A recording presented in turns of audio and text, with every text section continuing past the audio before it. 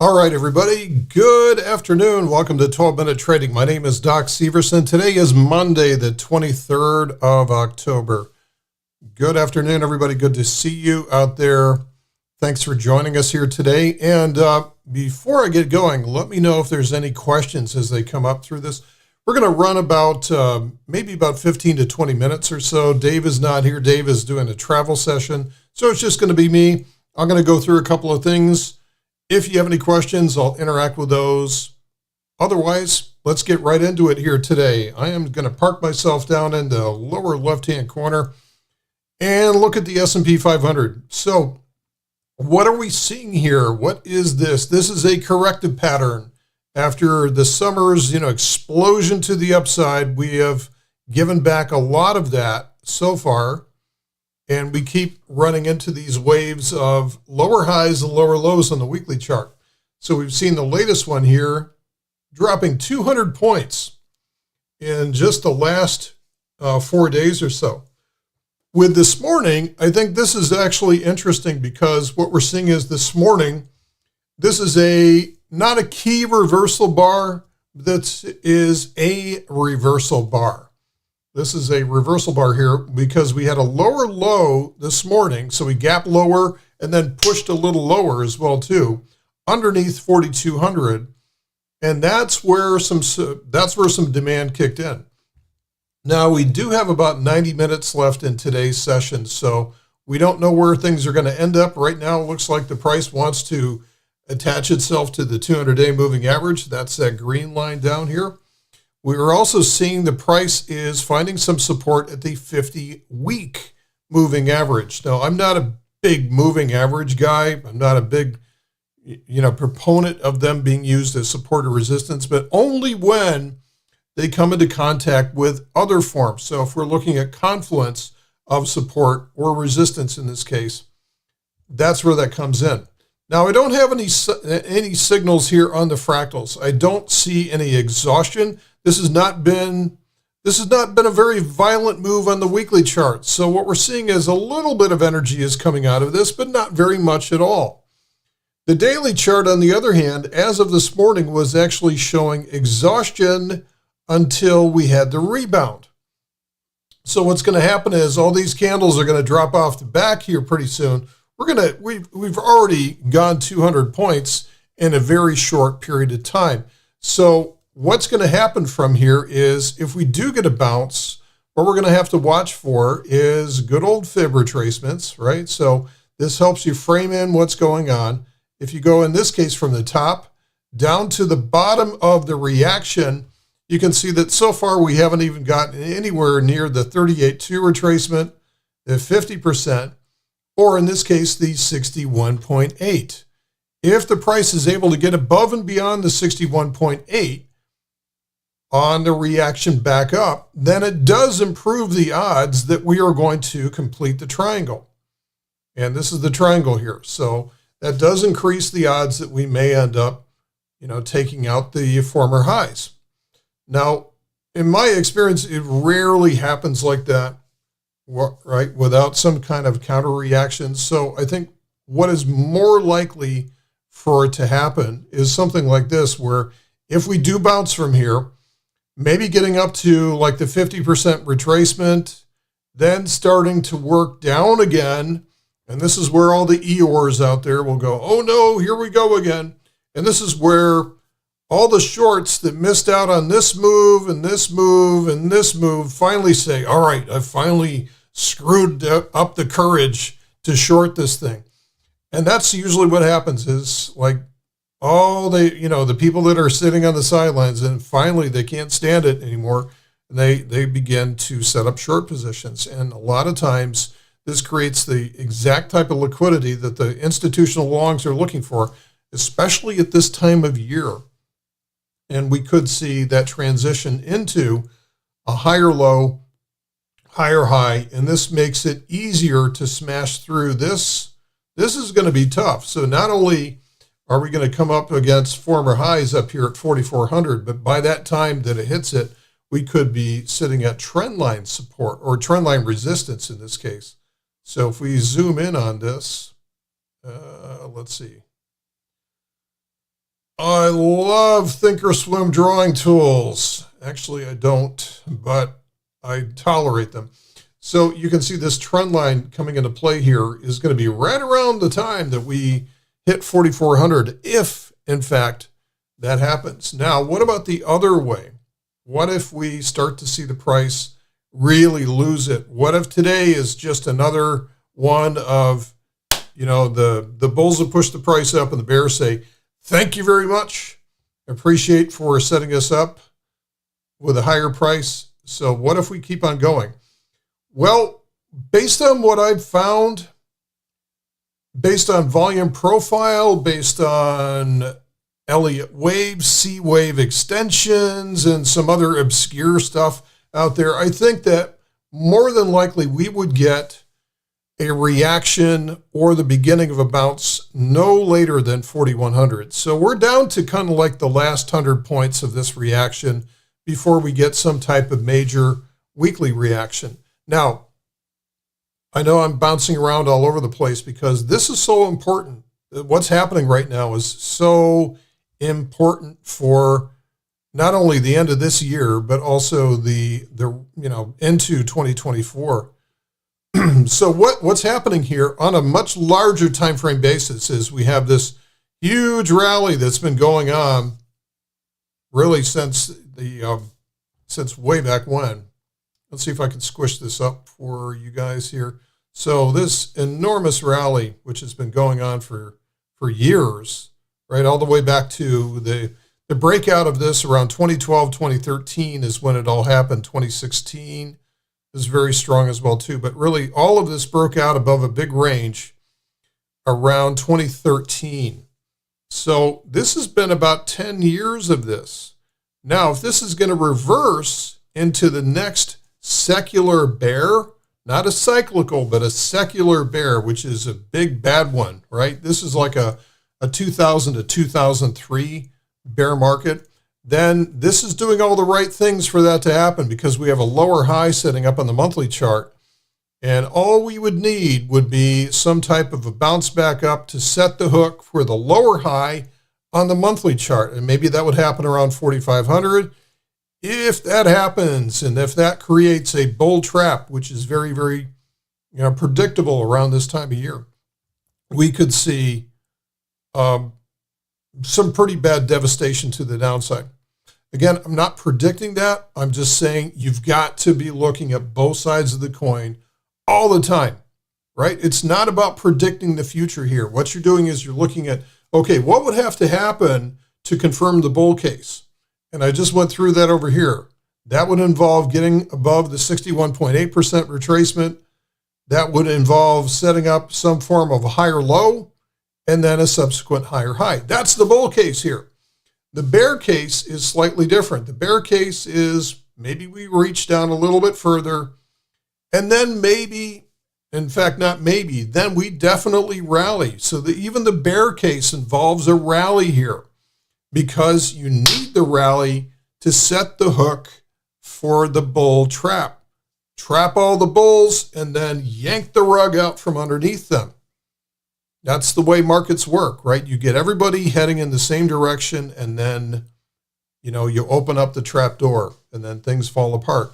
We've seen it happen so many times before. So again, this time, around these times of market, this is where it gets really tricky because we do have an overall uptrend still going to the upside, but we have smaller time frames showing weakness. We don't have very good breadth in the market. We have some majors, the Magnificent Seven, et cetera, that are really pulling things higher and have been very strong. The NASDAQ has still been very strong through all of this. But it's not as easy as seeing like bad news on the horizon. So I would be cautious of interpreting all the bad news out there. I mean, have you guys seen any good news out there at all? Is there any good news at all out there? So it's easy to make that assumption to say, well, there's no good news, everything sucks, so therefore the market must go lower. And I want to caution you about thinking that way because the market doesn't have to do anything. It doesn't have to go through your your filter of impeccable linear logic. In fact, it oftentimes will go in the opposite direction. So if you've ever felt like that, felt like betrayed, like, hey, who the hell's, pushing this thing around? This makes no sense. Then you're probably on the wrong side of the market. And you've probably used linear logic from all the other commonly available sources, and it just doesn't work that way. So right now, actually, the NASDAQ looks really good. This is a nice little bull flag setting up. This is almost a textbook bull flag. So my concern there is that when something's that obvious, a lot of times it will end up going the opposite way. So if I had to pick one thing that I'd like to see that would end up with a better market, so I don't want to see the market fall apart in 2024 as much as a lot of people do. A lot of people are bearish. They love to see things fall apart. I don't. I think that puts a lot of hurt on people. I'd rather see things move higher. I'd rather see people surprised that the market's heading higher, and it makes no sense, right? So at the end of the day, what I would like to see or would make the most sense might actually be a very quick drop from here. So maybe some bad news comes along, or even worse news comes along in the next week or two.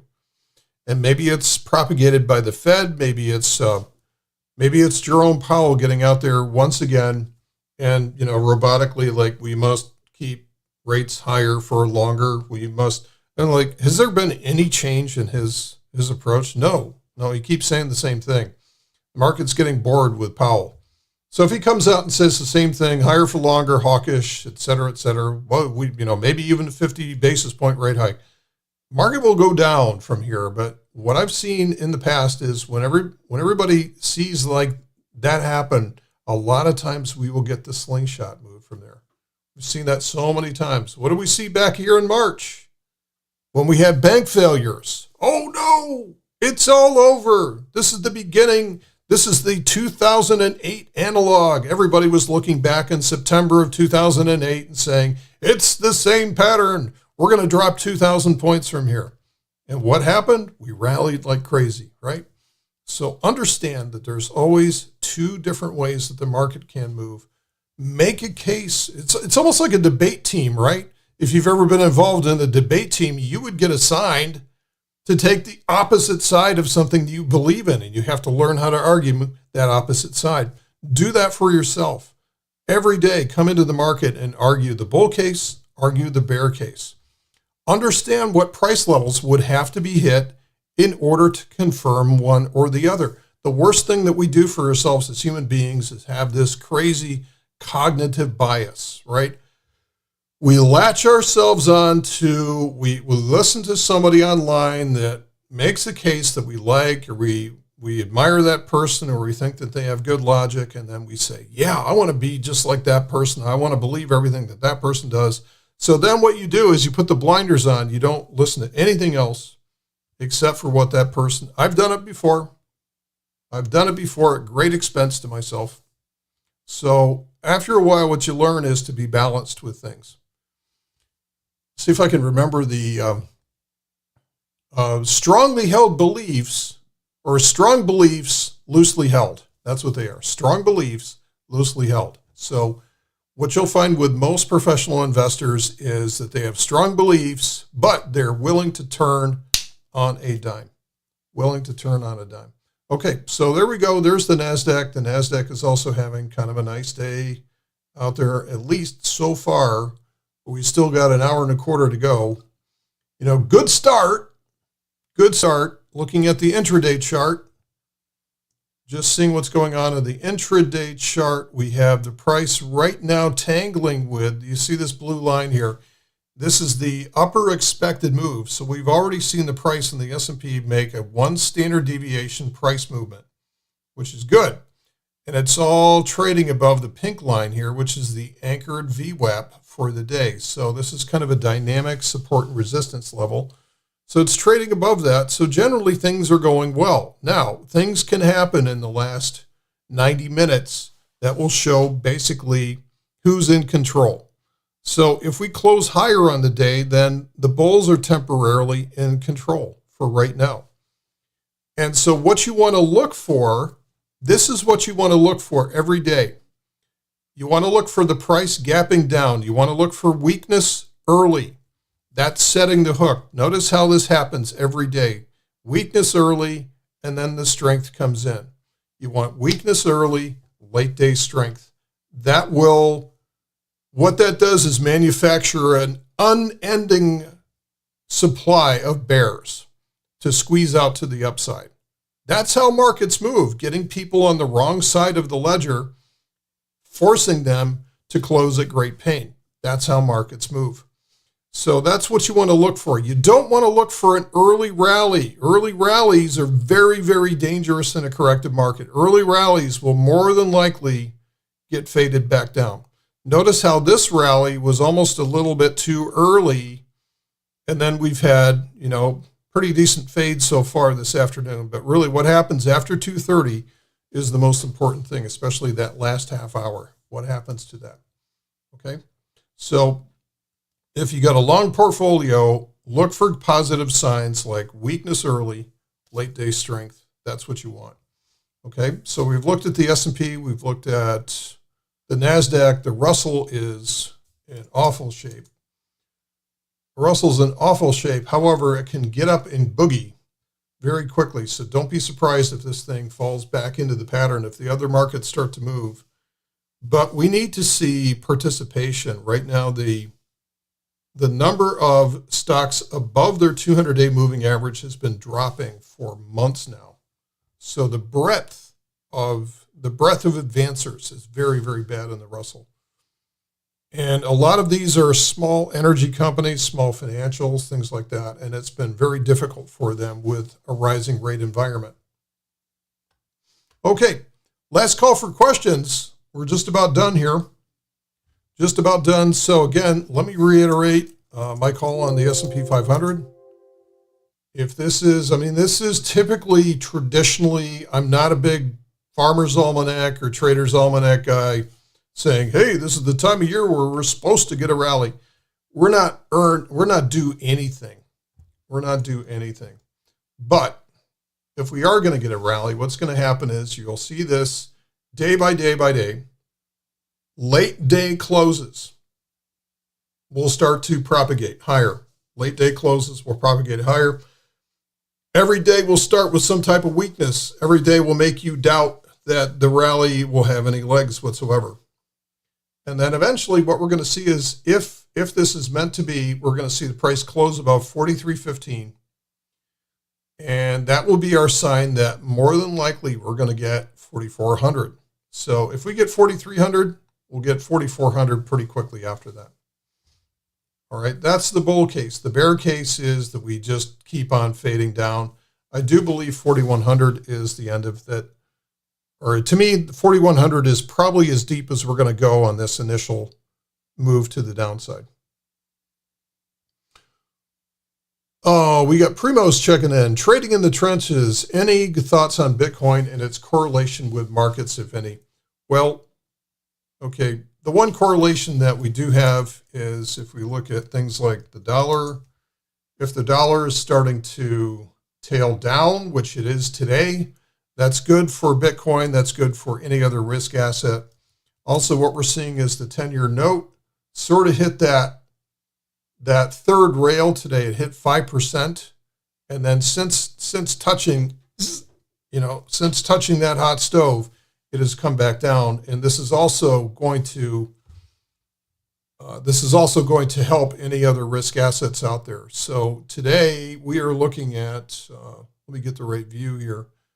But Bitcoin has been on a tear today. Bitcoin's been on a tear, and this is just a big horizontal consolidation that we've had for several weeks now. You can see this here, but it's we have all kinds of energy on the weekly chart. The only concern that I have for Bitcoin is I have not seen Bitcoin be able to break out of a horizontal consolidation yet. It's been a long time. What works So here's like an example of a horizontal consolidation. What happened? It dropped first and then it rallied. Horizontal consolidation dropped first and then it rallied. So I'd almost prefer to see it because I've seen this over the past few months try to break out and every time it gets rebuffed. Here we go again up to the same level. I'd almost be more comfortable to see it drop first, set up that monthly higher low, and then take off. I'm a big fan of the slingshot move.